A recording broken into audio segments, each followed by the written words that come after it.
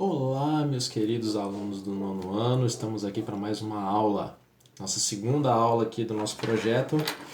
E como que vai ser?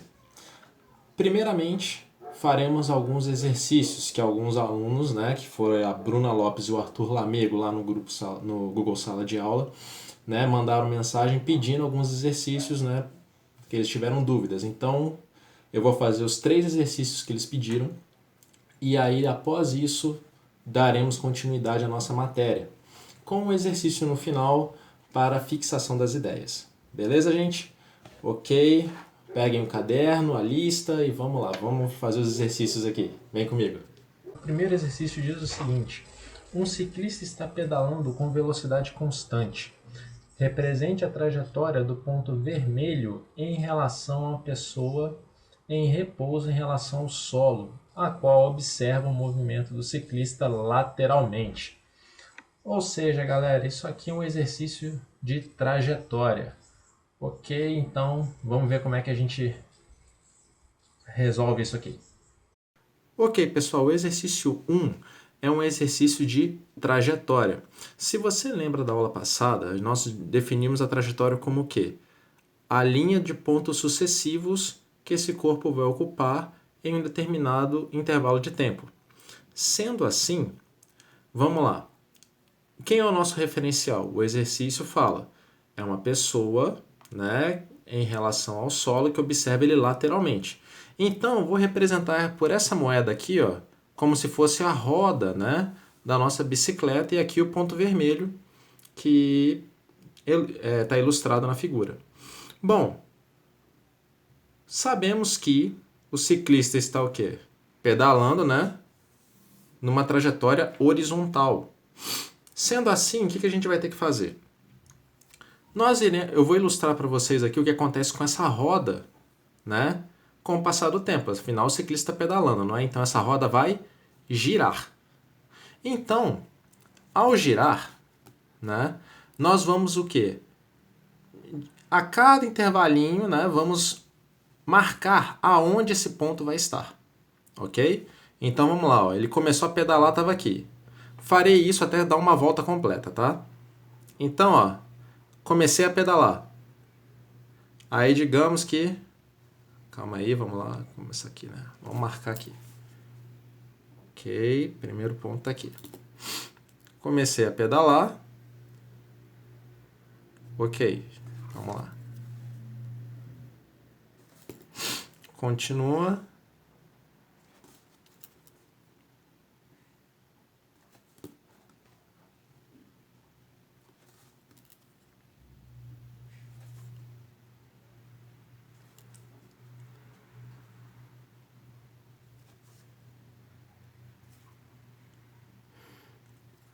Meia volta da roda,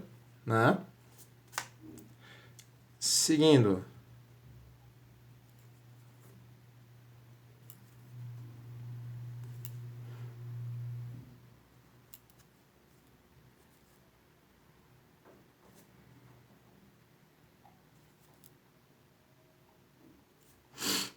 Até darmos uma volta completa.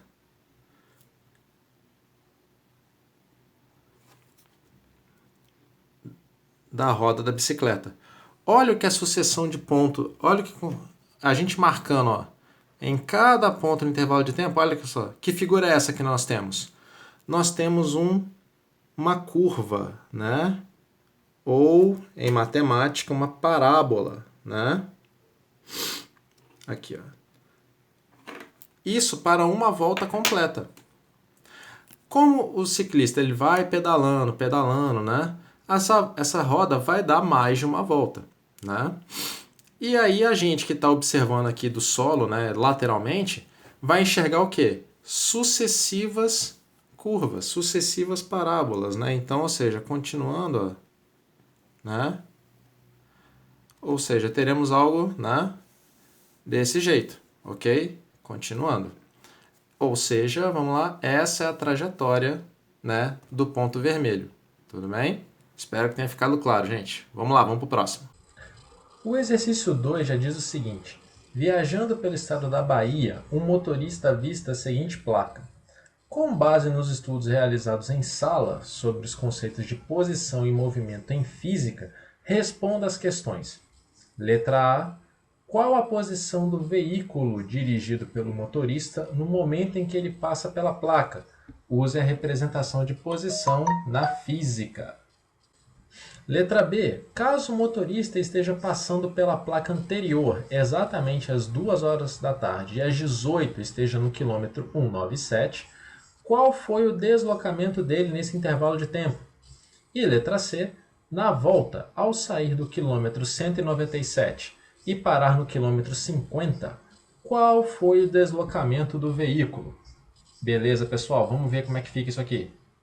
Ok, gente. A questão 2, muito tranquila, nada assim absurdo, tá bom? Vamos lá, a letra A pede, né? A posição do veículo dirigido pelo motorista no momento que ele passa pela placa. Então, gente, olha só. O que essa placa diz pra gente? Você vê ali em cima BR-101, é o nome da estrada. Quilômetro 13. Esse quilômetro 13 significa o quê? Significa que naquele local onde a placa está fixada é o quilômetro 13 da estrada. Sendo assim, a letra A, a resposta é A.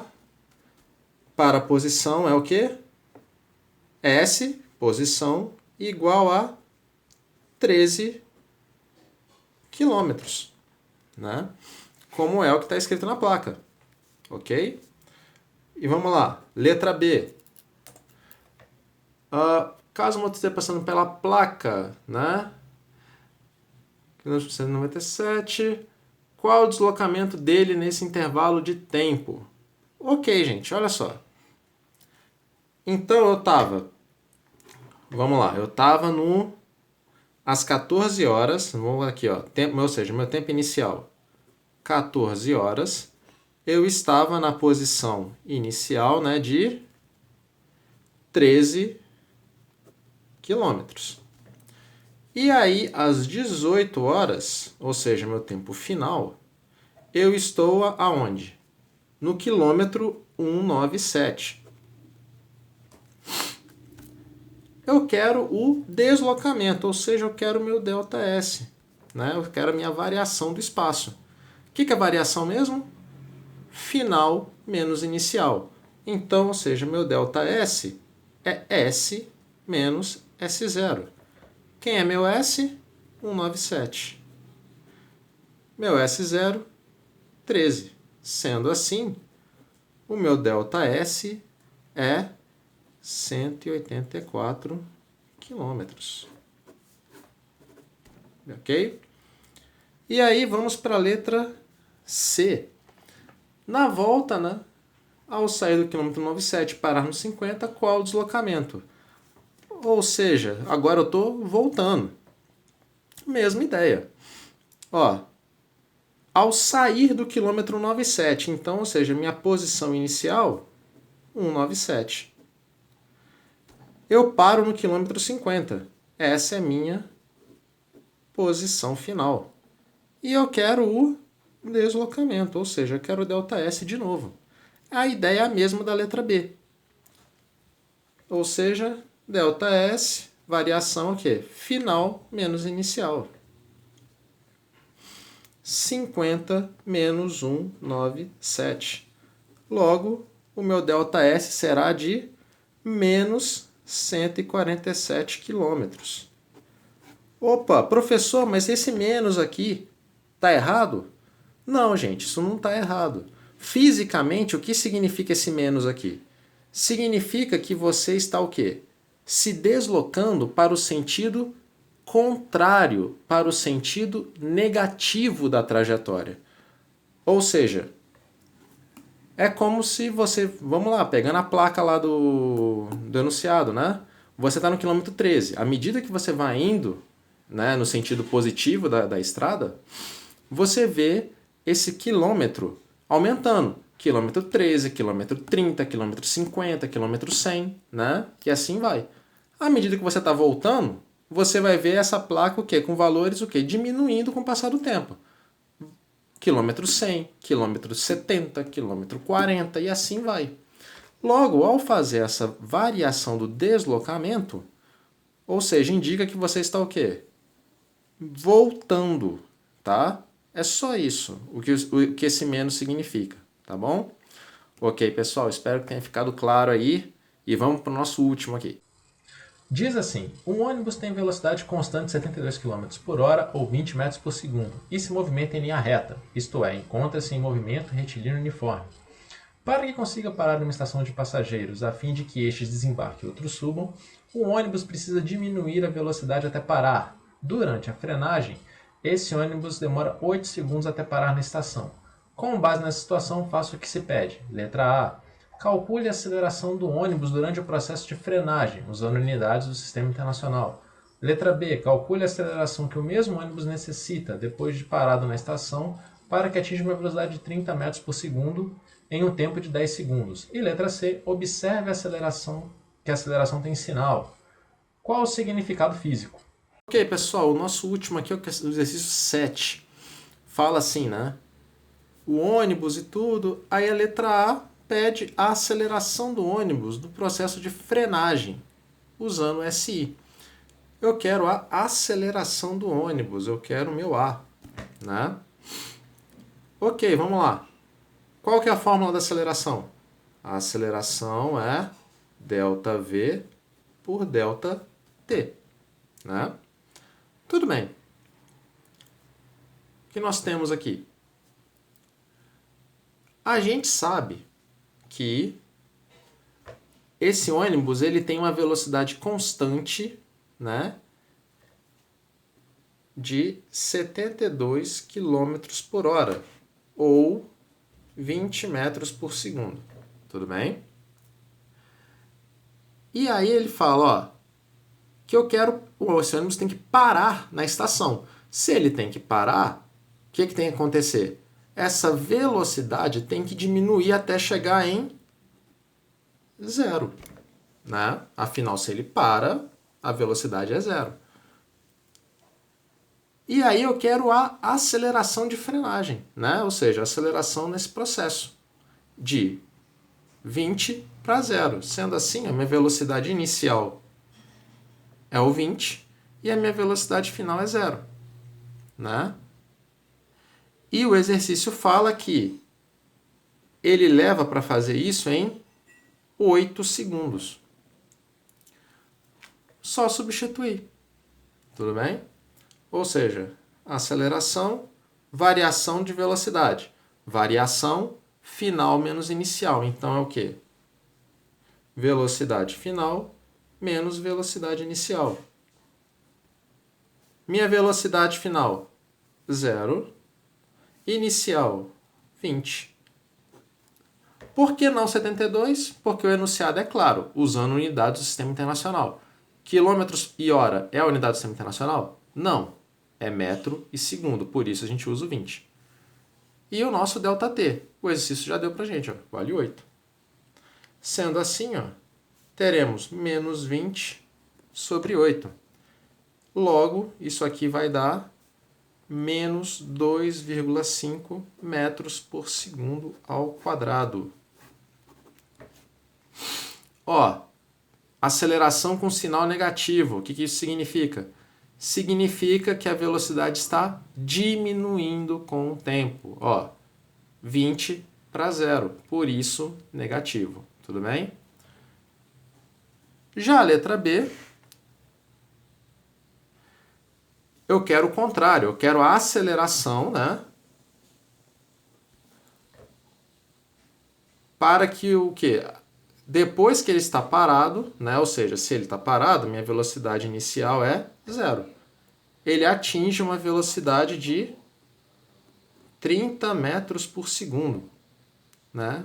Em 10 segundos. É a mesma ideia da letra A. Só substituir esses valores na equação da aceleração. ΔV por ΔT, final menos inicial sobre tempo, final 30 menos final, final 30 menos inicial 0, ΔT 10. 30/10. Simplifico os zeros, logo a minha aceleração é de 3 metros por segundo ao quadrado. E para encerrar, letra C. Observe que a aceleração tem sinal podendo ser positivo ou negativo. Qual é o significado físico, né? É isso que eu já até adiantei logo na letra A, né? E a letra B também. Então, vamos lá. Se a nossa aceleração é positiva, indica que a nossa velocidade o quê? A velocidade aumenta com o passar do tempo. Agora, se a minha aceleração for negativa, indica que a minha velocidade diminui com o passar do tempo.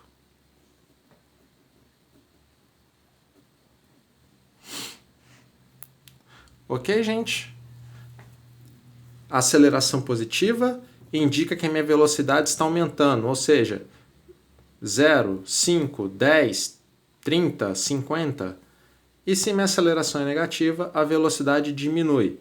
100, 90, 60, 30, 20 e assim sucessivamente. Beleza, pessoal? Espero que tenha ficado bem claro. E aí, qualquer outra dúvida com relação aos exercícios, por favor, comentem, tá? No Google Sala de Aula, que a gente faz mais vídeos aí para tirar a dúvida de vocês. Muito obrigado e agora vamos para a matéria. E aí, pessoal, dando continuidade à nossa matéria, entramos agora no tópico 2, dinâmica. O que é dinâmica?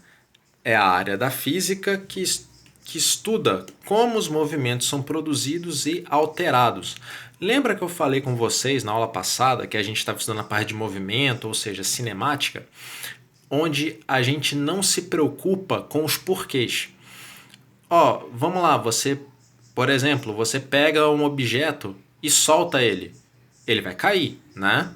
Por que ele cai? Na cinemática, a gente não se interessa por isso. Por que o corpo cai? Isso não interessa. O corpo faz o quê? O movimento na vertical. Então, ou seja, qual foi o deslocamento que ele percorreu, qual a velocidade, qual a aceleração com que esse corpo cai. É isso que a gente estuda, o movimento que acontece. Agora, na dinâmica, a gente já se preocupa com os porquês. Por que esse corpo caiu, por que esse corpo fez essa trajetória e assim vai. Tudo bem? E um conceito muito importante que a gente vai ver agora, pessoal, é o conceito de força, tá? Que a gente representa pela letra F. O que é força? Surge a partir da interação entre, no mínimo, dois corpos e pode produzir dois efeitos: deformação ou alteração do estado de movimento ou repouso de um corpo. A unidade de força pelo sistema internacional é o N maiúsculo, ou seja, Newton, tá? Pessoal, vamos lá. Você já deve ter visto força, assim, pelo menos não com essa definição, né? Mas você já tem essa noção quando você deforma algum objeto, quando você empurra, puxa, você está fazendo uma força, tá? E a gente vai estudar ela mais detalhadamente, né, a partir da próxima aula, mas aqui só vamos introduzir o conceito, tudo bem? Força, pessoal, é uma grandeza vetorial. A gente ainda não viu o que significa isso. Primeiramente, grandeza vetorial, ou seja, o que significa vetor? Pessoal, vetor a gente vai representar por uma flecha, tá? Ou seja, a letra, né, aqui, ó, força, qualquer grandeza que a gente for representar, a gente vai colocar uma flecha em cima, tudo bem? O que isso significa? Significa que essa grandeza aqui é uma grandeza vetorial. Ou seja, ela vai ter três características: módulo, direção e sentido, que a gente vai estudar já já. Então, ou seja, sempre que você vê qualquer letra, ou seja, qualquer representação de grandeza física com uma flechinha em cima, indica que aquela grandeza é uma grandeza vetorial. E aí, ó, ela vai ter a flecha, né, aqui, ó, uma seta, um segmento de reta, né, onde vai estar representado uma imagem, né, da aplicação dessa força. E essa representação, esse segmento de reta, diz muita coisa para a gente, porque ela diz as 3 características que eu acabei de falar. Então vamos lá, a primeira delas é o módulo, ou intensidade. O que significa? Quanto maior a força aplicada em um corpo, maior o tamanho de segmento de reta que compõe o vetor. Ou seja, olha aqui, ó, eu tenho uma força F aplicada, ó o tamanho desse segmento de reta. O que esse, comparado com esse aqui, ó, o que esse tamanho de segmento diz pra gente? Diz que essa força aqui, ó, ela é mais intensa, ela tem um módulo maior. Ou seja, por exemplo, digamos aqui, essa força vale 100 e essa aqui vale 10, né? Aí, o tamanho da seta diz isso pra gente, ó. Quanto maior a seta, maior a força. Ok, gente? Seguindo, a segunda característica é a direção. Ao aplicar uma força em um corpo, pode-se fazer essa força em inúmeras direções. Por exemplo, ó, eu tenho aqui um corpo, por exemplo, uma caixa, e aí, ó, eu faço uma força o quê, ó? Empurrando essa caixa para a direita. Agora aqui, ó, se eu tenho um plano inclinado, ou seja, né, uma rua subindo, eu posso fazer essa força num sentido oblíquo, né? E aqui eu quero levantar esse corpo, eu faço uma força na direção vertical, né, para fazer esse corpo subir, tá? E associado à direção nós temos o sentido. Toda direção é composta de 2 sentidos, tá? Então, ó, exemplo, se eu tenho essa força aplicada na direção vertical, qual o sentido que eu tenho? Para cima ou para baixo, vendo? E se for horizontal, eu posso ter sentido para a esquerda ou para a direita, tá bom? Ah, mas e o oblíquo aqui, ó? E a direção, sentido oblíquo e tal? Pessoal, num primeiro momento a gente não vai trabalhar com forças nessa direção aqui, tá?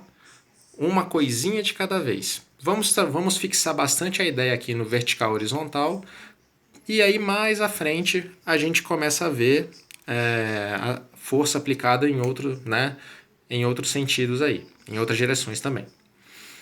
Bom, e aí pessoal, olha, para finalizar aqui, né, a nossa aula de hoje, o conceito de força resultante, que a gente vai chamar de FR. O que é isso?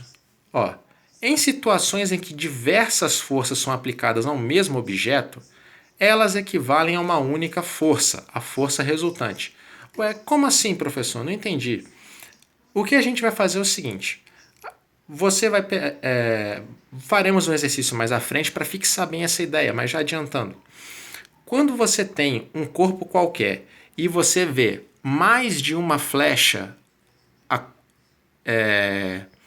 atuando naquele corpo, um exemplo disso, por exemplo, cabo de guerra. Você tem uma corda, diversas pessoas de um lado, diversas do outro, na qual elas aplicam forças em o quê?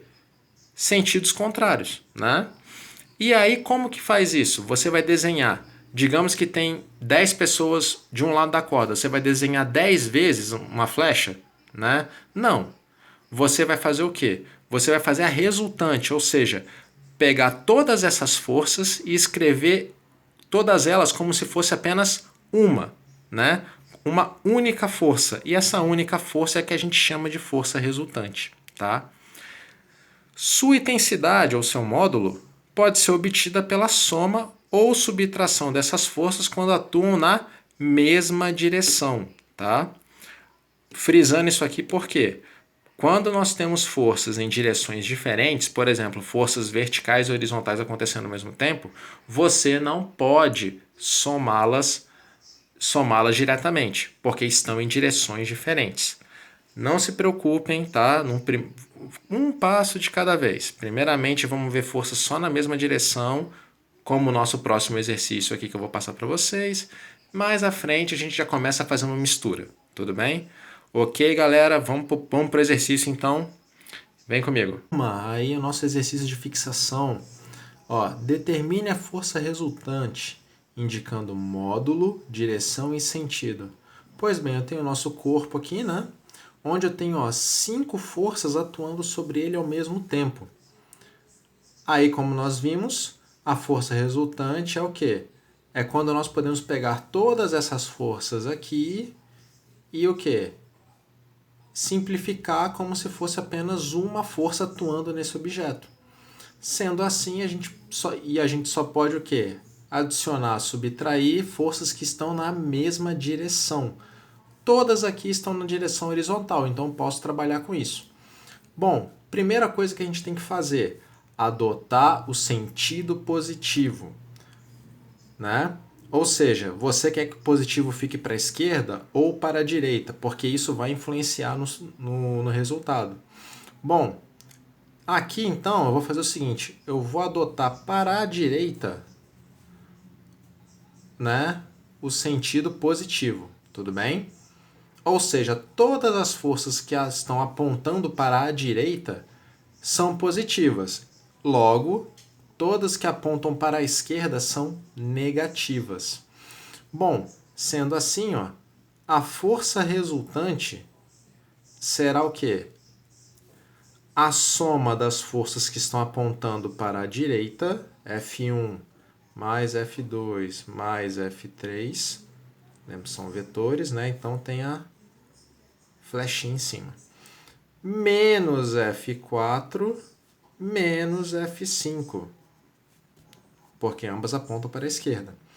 Agora é só substituir valores. Ó, F1, 3, F2, 1, F1, F3, 5, menos F4, 4, F5, meio. Então, fazendo essa conta, ó, 3 mais 1, 4 mais 5, 9, menos 4 e meio. Logo, a nossa força resultante será de 5,5 newtons, né? Ou seja, nós temos o nosso módulo, né? A nossa intensidade, 5,5. Então, como que fica aqui, ó?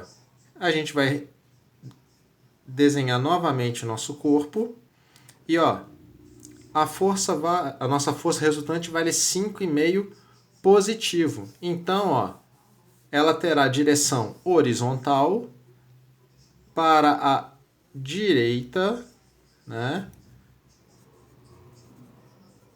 Onde o módulo, né? 5,5. Tudo bem, pessoal? Ó, módulo 5,5 newtons, direção horizontal, sentido para a direita. Ok, gente? Espero que tenha ficado claro aí. Qualquer dúvida, só interagir no Google Sala de Aula que a gente faz mais vídeos aí esclarecendo a dúvida de vocês. Abraço, até a próxima.